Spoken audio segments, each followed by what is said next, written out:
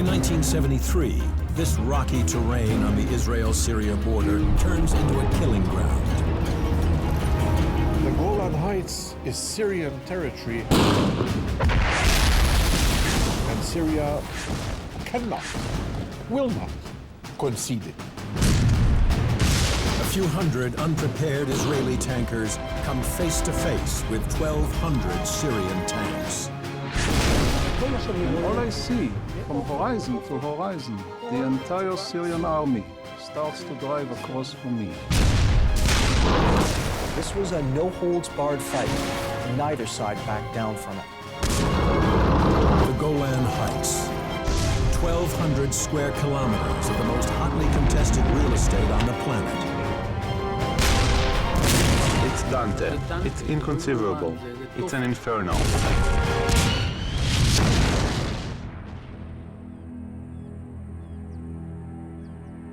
The Golan Heights.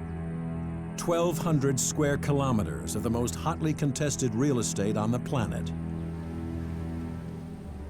It's a barren, volcanic escarpment that has been occupied by Israel since the Six-Day Arab-Israeli War of 1967. Both Israel and Syria claim it as their own. In the fall of 1973, that border dispute erupts into a sudden, ferocious, and bloody war. October 6th. It's Yom Kippur, the Jewish Day of Atonement. Most Israelis are at home, repenting for their sins and observing a fast, leaving the frontier with Syria lightly guarded. The commander of the 74th Israeli Tank Battalion, Lieutenant Colonel Yar Nafshi, begins a routine patrol. It was simply pastoral peacefulness, and I am patrolling the positions along my front. At 12, a commander from the Hermon post calls me, and he says, "Yair, the Syrians are taking off their camouflage nets from their artillery." And then I act instinctively. So I turn my jeep around and gather all my men and say to them, "Look, the scenario is that the Syrian army is removing their camouflage screens. I don't know what this means." And the men stop fasting, mount their tanks, and start to prepare them. And as we are driving from the lots, the bombardment starts.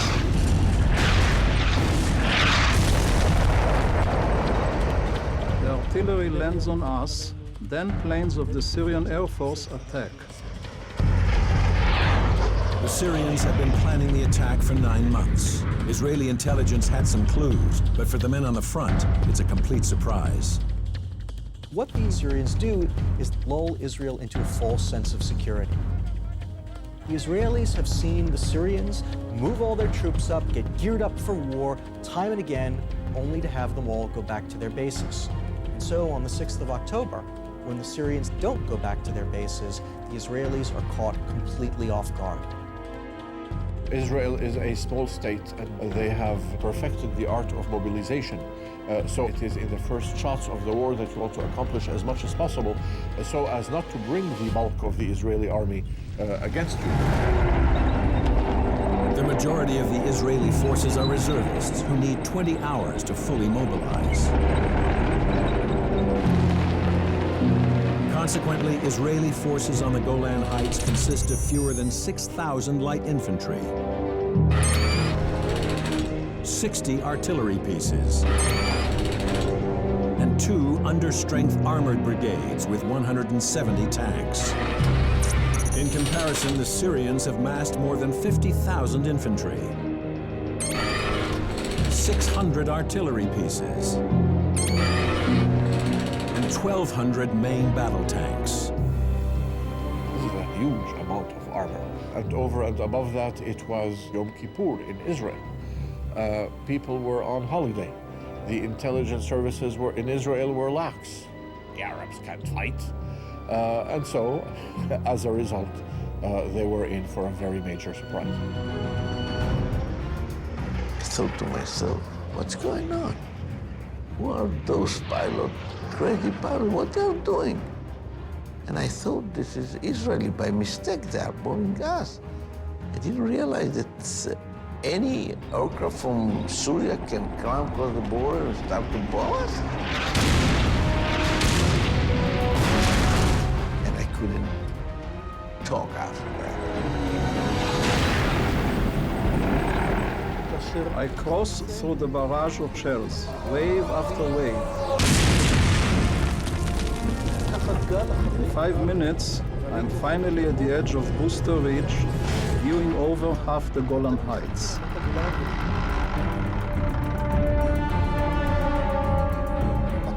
At first, it's small. And then, like rings of cigarette smoke, it slowly gets closer, bigger and bigger.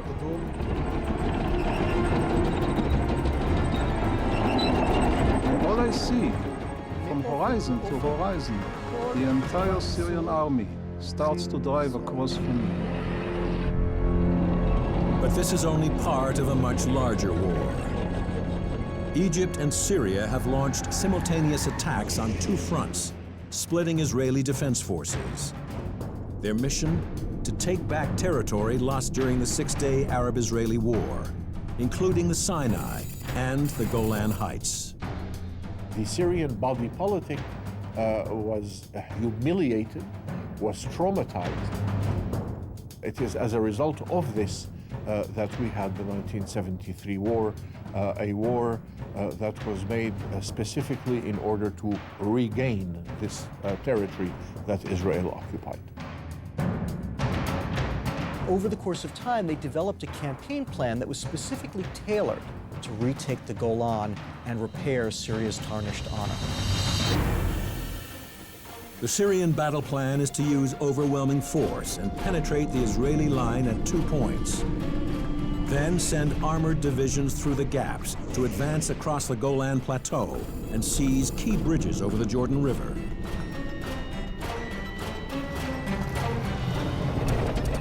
At the spearhead of the Syrian attack are masses of the Soviet-designed T-55 tank. The T-55 at 40 tons is relatively small for a main battle tank, making it hard to hit. Its 100-millimeter main cannon has an effective range of just 2,400 meters, no match for the bigger guns of the Israelis. But that disadvantage is offset by numbers. The Syrians attack the Golan Heights with more than 1,200 T-55s. The defending Israelis with their 170 tanks are outnumbered almost 7 to 1. The Syrians had rehearsed the initial attack on the Israeli positions countless times beforehand.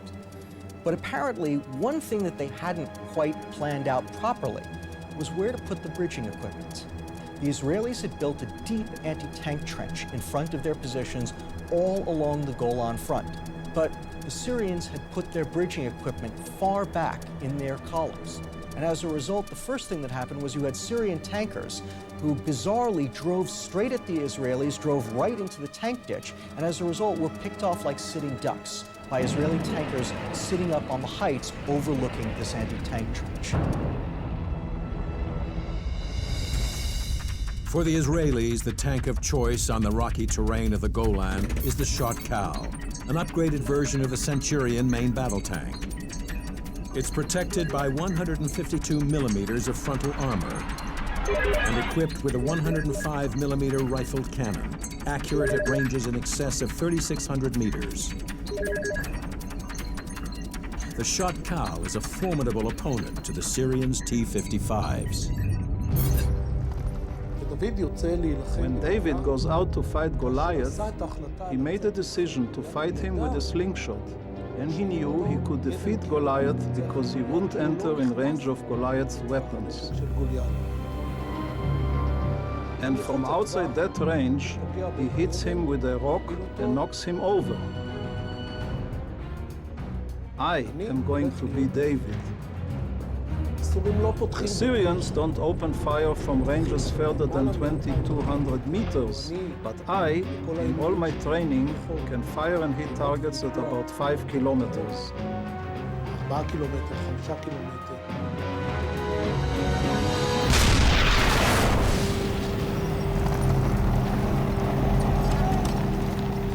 Israelis understood that in the terrain of the Middle East, where you often had very long fields of fire, being able to kill the other guy before he could kill you was a tremendous advantage.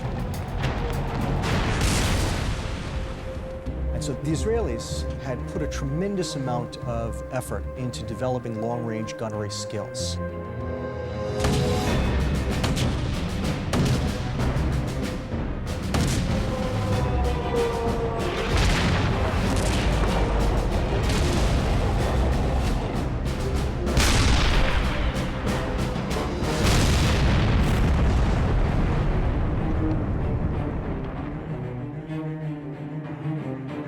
When the initial Syrian attack in the north floundered, the commanders decided that they would nevertheless try to mount some kind of a night operation to see if they couldn't get back on schedule.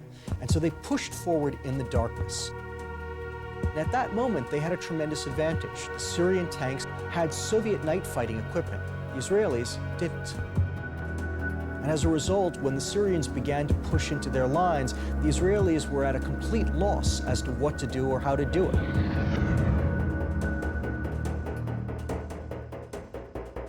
The hardest combat was during the night. It was dark and nobody used any lights. When you turn on the lights, immediately they kill you.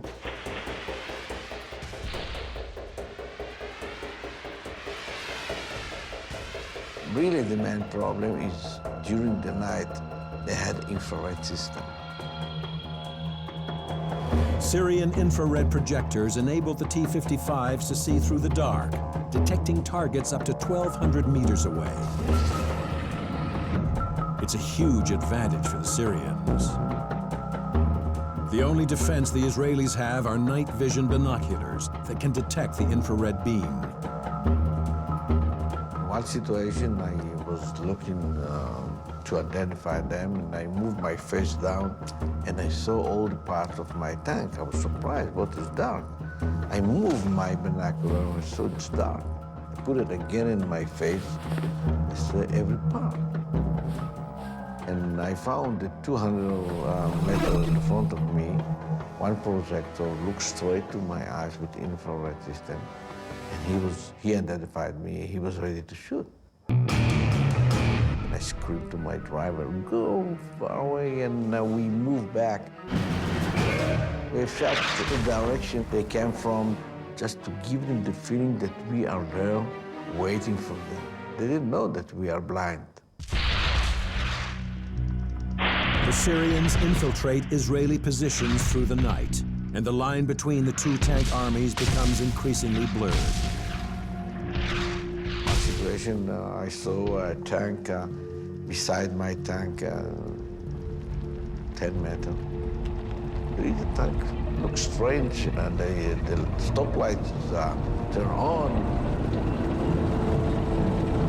I thought the platoon leader, he was close to my tank. I said, there is a tank there, use the light and show me who is this tank.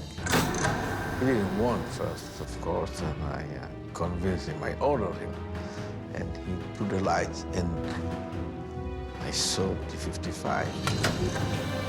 I was in shock.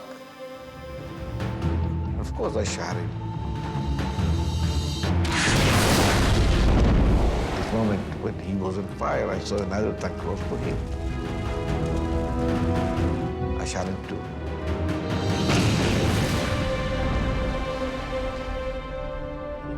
After 18 hours of almost continuous combat, the tankers of the 77th and 74th Israeli battalions have held the line in the North Golan Heights and pay a terrible price. Hundreds of dead and wounded, and 75 of their tanks destroyed. But for the Syrians, the price is even higher. The casualties number in the thousands, and more than 100 tanks are lost. But in the open terrain farther south, the Syrian offensive has been far more successful. They've wiped out an entire tank battalion, clearing the way for a push into the Israeli heartland. Of course, I was as euphoric as all Arabs were to see images of Syria advancing in the Golan Heights.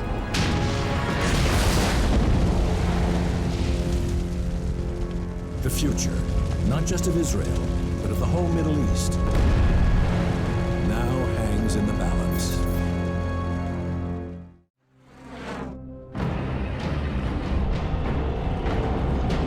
October 6, 1973, Egypt and Syria attack Israeli forces on two fronts. They're determined to take back all the territory they lost in the Six-Day War of 1967. Syrian armored brigades strike at 2 points on the Golan Heights, throwing 50,000 infantry and 1,200 tanks into the battle. In the rugged and hilly northern sector, Israeli defenders hold the line through the first day of fighting, even though they're outnumbered almost 7-1 and take heavy casualties. But in the more open country farther south, the Syrians seem unstoppable. In the south, you had two very aggressive Syrian commanders. They dragged their bridging equipment forward. One of their commanders actually had his infantry fill in portions of the Israeli anti-tank trench by hand. They crossed over, and they were able to mass so much power against these thinned-out Israeli defenses in the southern flank of the Golan that they were able to punch through. October 7th. After a day of fierce fighting, the Israeli southern line falls apart under a massive onslaught of Syrian armor. By 8 a.m., Syrian forces are advancing across the Golan Plateau, driving towards key bridges crossing the Jordan River. The Syrian assumption was that if they could punch through those Israeli lines and drive as fast as they could, grab those bridges, they would effectively be able to prevent Israeli reserves from mounting a viable counterattack out of Galilee.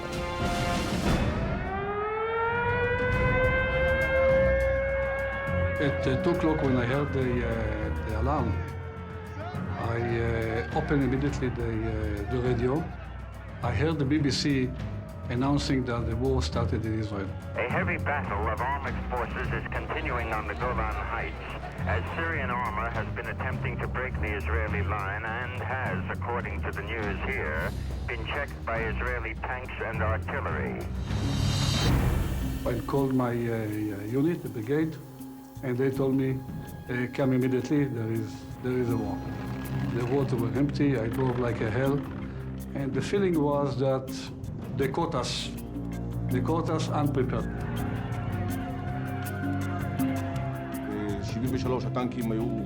In 73, the tanks were bare of ammunition and equipment. They had to be loaded with shells and all of the equipment taken out of storage and organized. If you have the full crew, which are 4 members, it takes something like 4 to 6 hours to prepare it really properly. But during the rush time, we didn't really prepare properly the tanks. Everybody went to the Golan Heights, doesn't matter how many tanks he had, if the tanks are completely equipped or not. They just went. Syrian intelligence estimates it will take Israel 20 hours to mobilize its tank reserves, but the Israelis do it in 10. Throughout the night, Israeli reservists make their way to the battlefield, are hastily organized into units, and thrown into the fight against the Syrians. By the early hours of October 7th, the first tanks reach the Golan Heights. In the early morning, we advanced towards the enemy already inside the Golan Heights. Dawn was beginning to break, and we saw lots of tanks.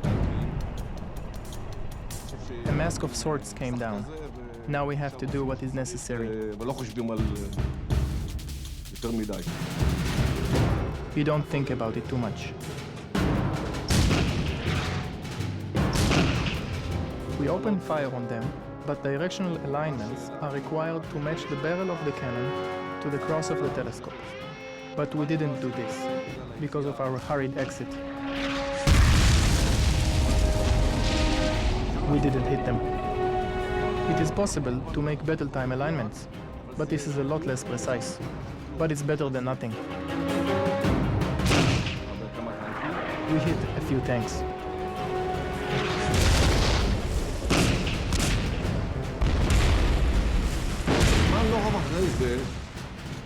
But not long after this, I saw a very large cloud of dust coming from the southeast. And when this cloud got closer, it turns out that it was a very large Syrian force with T-62 tanks. It's the last thing the outnumbered Israelis want to see on the battlefield. The T-62 is an upgraded version of the T-55. Those upgrades include 240 millimeters of frontal armor and a bigger 581 horsepower engine. But the biggest threat is the T-62's 115 millimeter Molot main cannon. Its smooth bore design increases muzzle velocity, giving it a range of nearly 3,000 meters.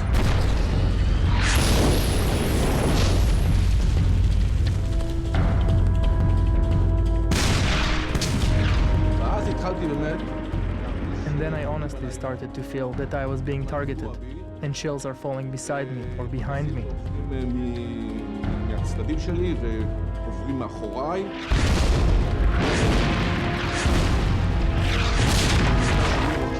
And if the first one is long, the next shell will be short, and then the next will hit me. So I reverse off the firing ramp and look for a new position.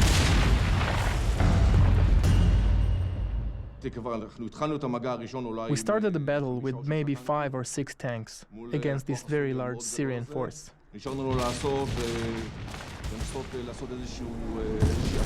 that was left for us to do was try to fight a stalling battle, but they simply pushed us backward.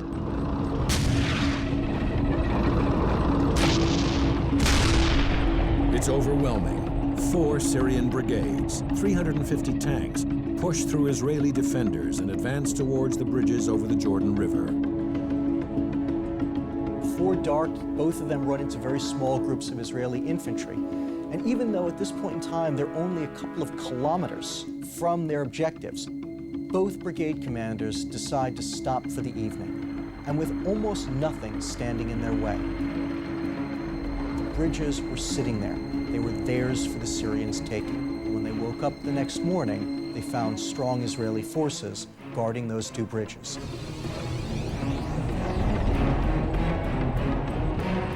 My battalion met them on the road from the Betecha Valley up to the Golan Heights. The first tanks in our column, they didn't see them. Only the last tank saw them, and he began to shoot. And the commander shouted at him, "Why are you shooting? We are in our territory." He said, "This is Syrians, already here." We didn't believe that they arrived so west. Their problem was that the T-55 have only 5 degrees of degradation. That means the cannon can't be aimed very far down. It's a disadvantage for a tank on higher ground, engaging an enemy approaching from below. Beyond that, the Israeli shot cows have a high degree of elevation, making it easier to hit targets above them. They had to expose themselves if they wanted to have enough degradation to shoot at us. So when they expose themselves, we shoot them.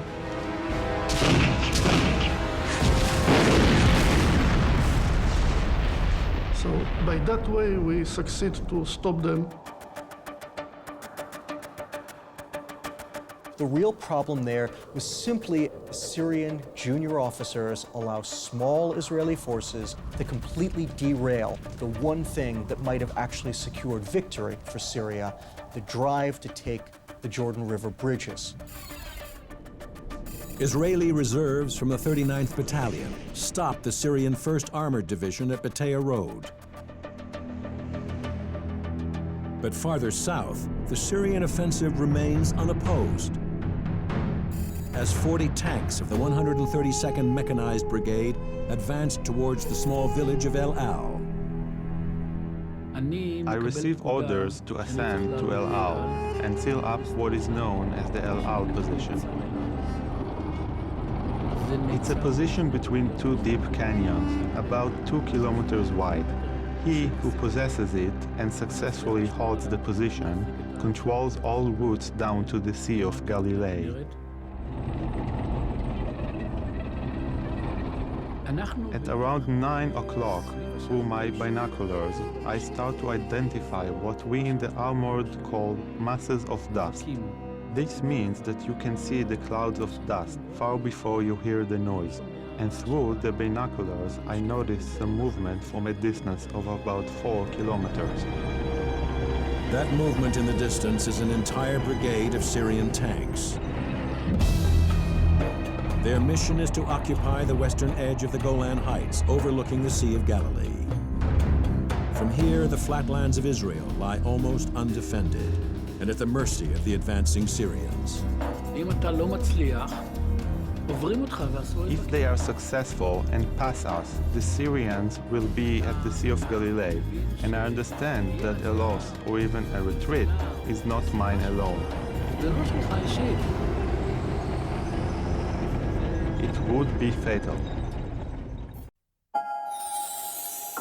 유엔에서 발표한 가장 살기 좋은 나라로 작년에 이어 올해도 대한민국이 선정되었습니다. 정치 부분과 교육 부분을 포함한 드디어 일본 황실에서 우리 정부의 공식적인 사과문을 발표하였습니다.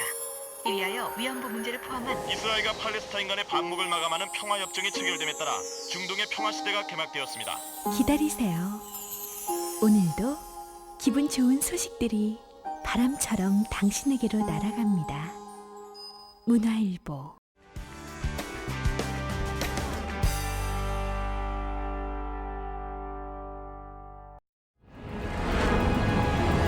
October 7th, 1973. It is 20 hours into the Syrian attack on the Israeli-occupied Golan Heights. And in the rugged and rocky northern sector, two Israeli tank units struggle to hold off the Syrians. But in the flatter terrain of the southern Golan, masses of Syrian armor have rolled over the Israelis and are pushing on towards bridges over the Jordan River. At around 9 o'clock, through my binoculars, I start to identify what we in the armored call masses of dust. This movement ahead becomes clearer and clearer, and then we start to identify Syrian tanks. They are getting closer and are stopping at distances of about 1,500 meters, and we start to notice a lot of strikes.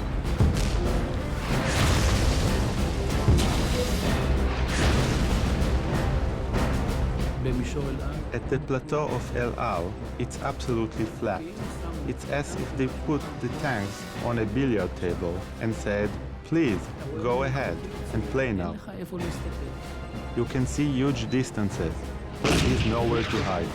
And the only thing that can save you is your own capability, your own skill, and to always be on the move. I always make sure that the tanks are always moving and not firing more than what's called a ball to the target, which is just 2 or 3 shells, one after the other. We fire one and then adjust. We fire another and then move to another position. In order to get a target, you'd have to stop and stand. Then you bring the turret to a point where it is in line with the enemy tank. You give the range according to your estimation. When everyone announces on, I give the command to fire.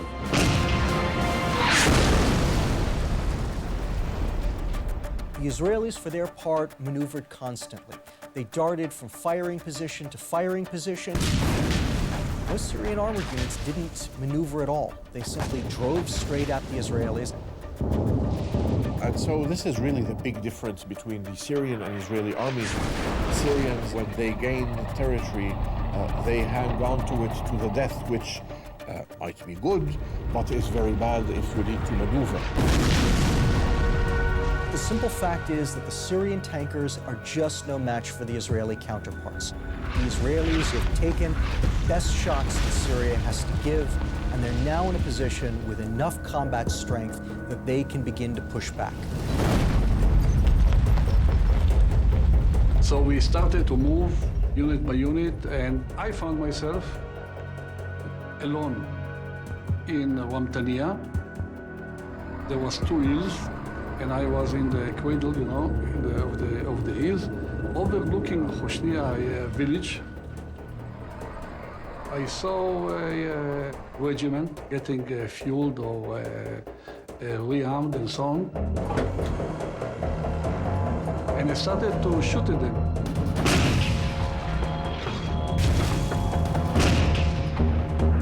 And I saw some Syrian tanks leaving the hills.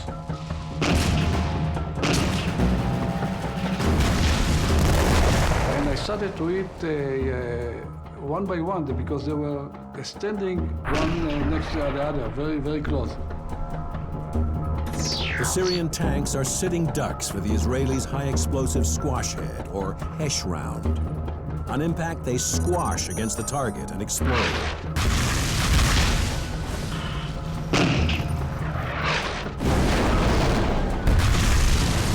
Creating a shock wave that tears apart the inside of the tank. I think I destroyed something like 7 tanks before they started to move and to understand that somebody is shooting at them. They shot back.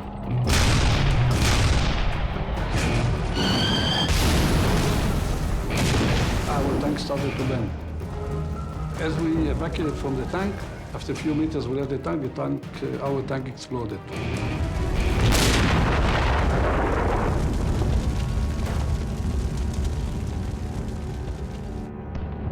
The outnumbered Israelis fall back and regroup, and the Syrians gear up for a final big offensive.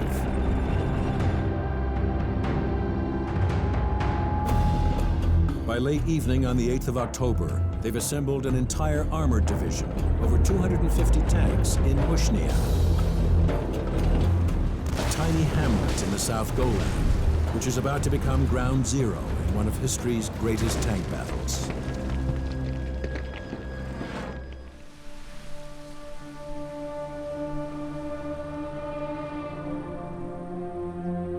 Hoshnia, once a thriving village in the southern Golan Heights.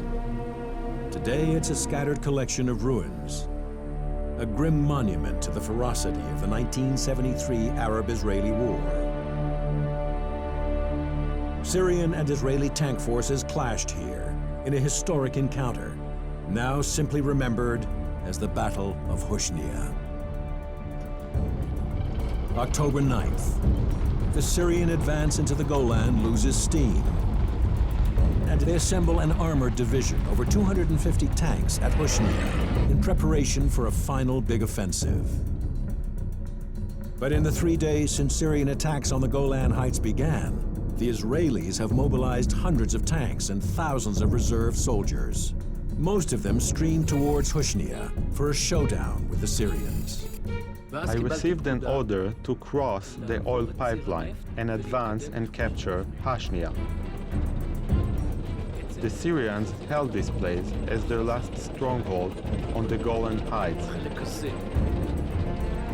And for the first time since the war began, there was a plan for an organized attack with artillery and jets. The artillery started falling on Hoshnia.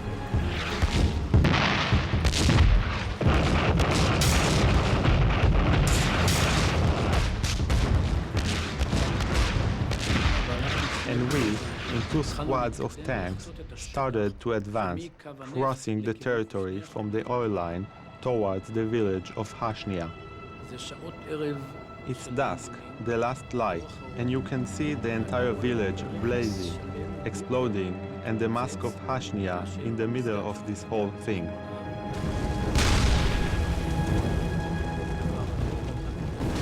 We advanced with the tanks, and the Syrians didn't escape. But it's dangerous because everything is exploding and blazing around us. It's Dante, It's inconceivable. It's an inferno. And then, from within the village, outburst Syrian tanks and trucks.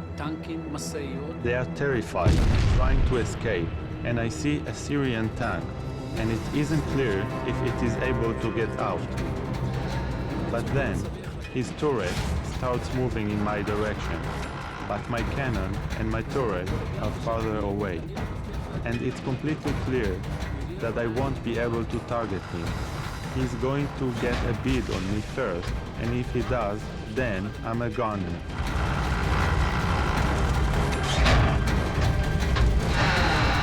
Behind me is one of my battalion officers, and he launches a shell, and the Syrian tank lights up.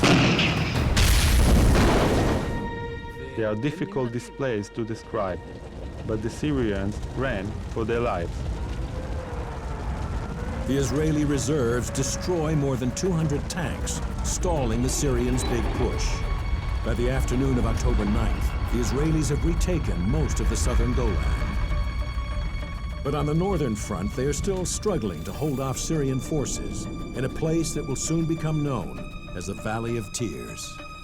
In the north, the remnants of the elite 7th Armored Brigade are still just barely holding back the Syrian 7th Infantry Division. The Syrians tried one last time to blast through the Israeli positions. They've got 200 tanks, half of them T-62s, and the Israelis are down to less than 30 Centurions.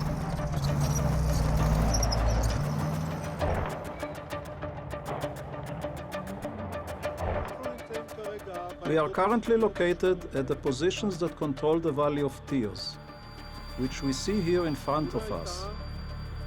And when I arrive from Booster Ridge with 6 tanks, I realize that I am not going to make it to these positions, which are the best ones, and govern the entire width of the Valley of Tears. By now, Unit 7 has retreated back, and I find myself alone with 6 tanks. And I decide to make a defensive stand on the reverse slope. And I stop the 6 tanks and spread them out along the back slope of the hill that is located behind us. And I see the smoke from the exhaust of the Syrian tanks over the hill. And I tell my men, you, see those moving on the other side of the hill? You, take those 3.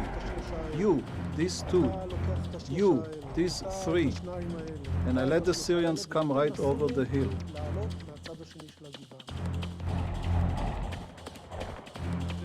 I allow the Syrians to advance, and they head towards the top of the hill with the barrel of their cannons pointed upwards. And I wait for them. The battle opens at close range, around 300 to 400 meters.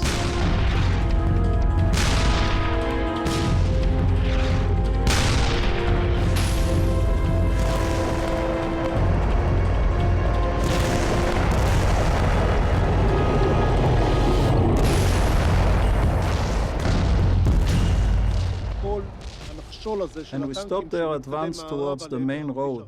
But in this battle, after we stopped the Syrian army, we had only 2 tanks left.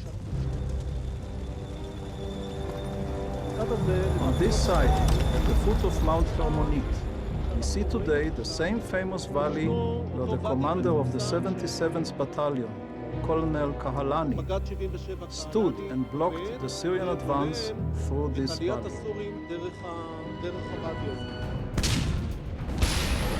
When I came 2 kilometers from the hills, I saw far away Israeli tanks on fire, and other tanks around them, it was Syrian tanks. And I moved with my tanks to the valley. I was in shock. I called my commander and said, if you have any tanks in the area, send them immediately.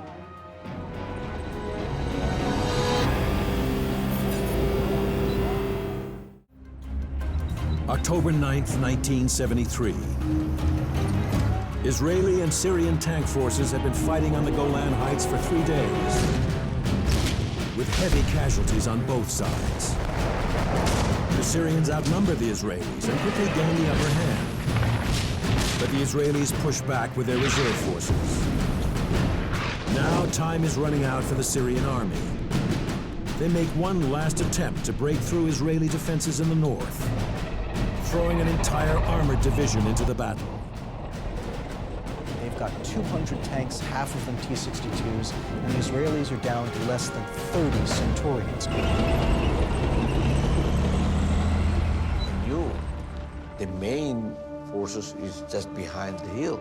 If they will come to the top of the hills, nobody can stop them. They will run all the way to the Galilee. And I have decided to move forward and to catch the hills and to catch them on the valley. It's a desperate gambit, and the only chance the Israelis have. They must regain their firing positions. And to do that, they have to cross 800 meters of open ground in the teeth of Syrian fire.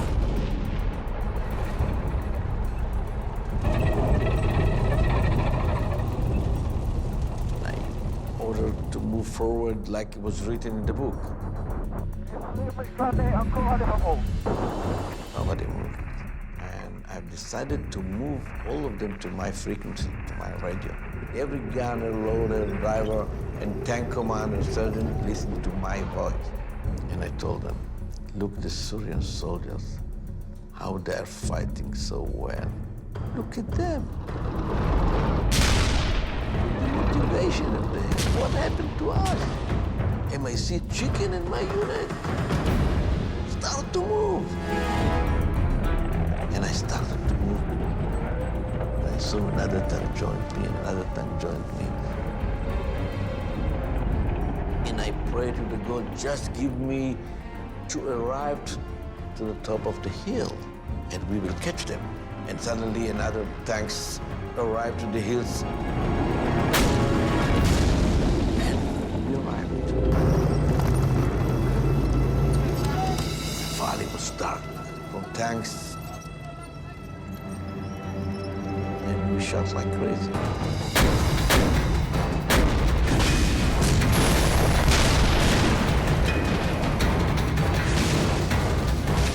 The moment that we be on the fire position and they moved on the valley, this was easier for us to shoot all of them.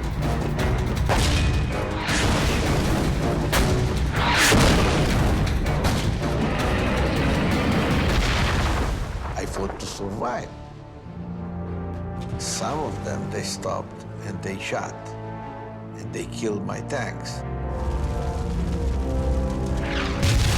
We survived around 3-4 tanks, no more than that. I remember that I was trying to count the tank that we shot all over, and I couldn't. So many.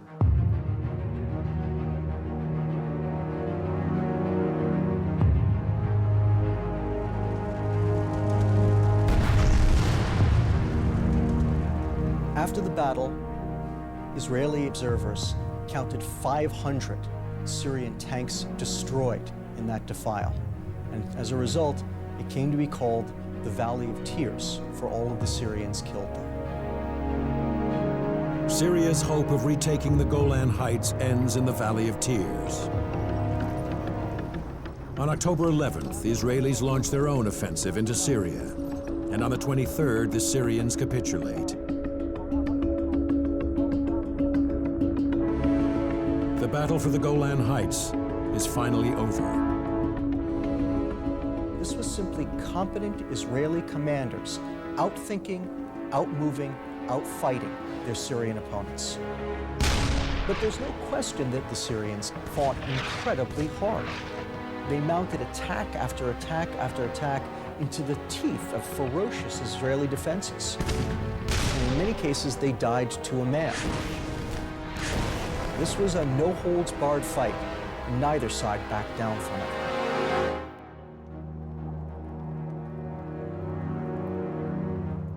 The 1973 Arab-Israeli War lasts just 16 days, but those days are among the bloodiest in the history of armored warfare. The battlefields are left littered with the hulks of destroyed tanks.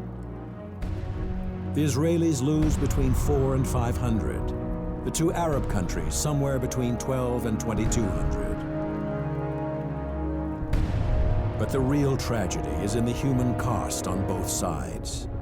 21,000 dead and tens of thousands more wounded. Most of my friends I lost during wars. They were 19, 20 years old, no more than that.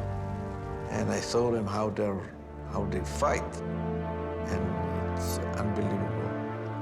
And I was very proud. The war ended with disappointment, but it ended with a solemn promise by Syrians and to Syrians and of Syrians that they will get back the Golan Heights one day.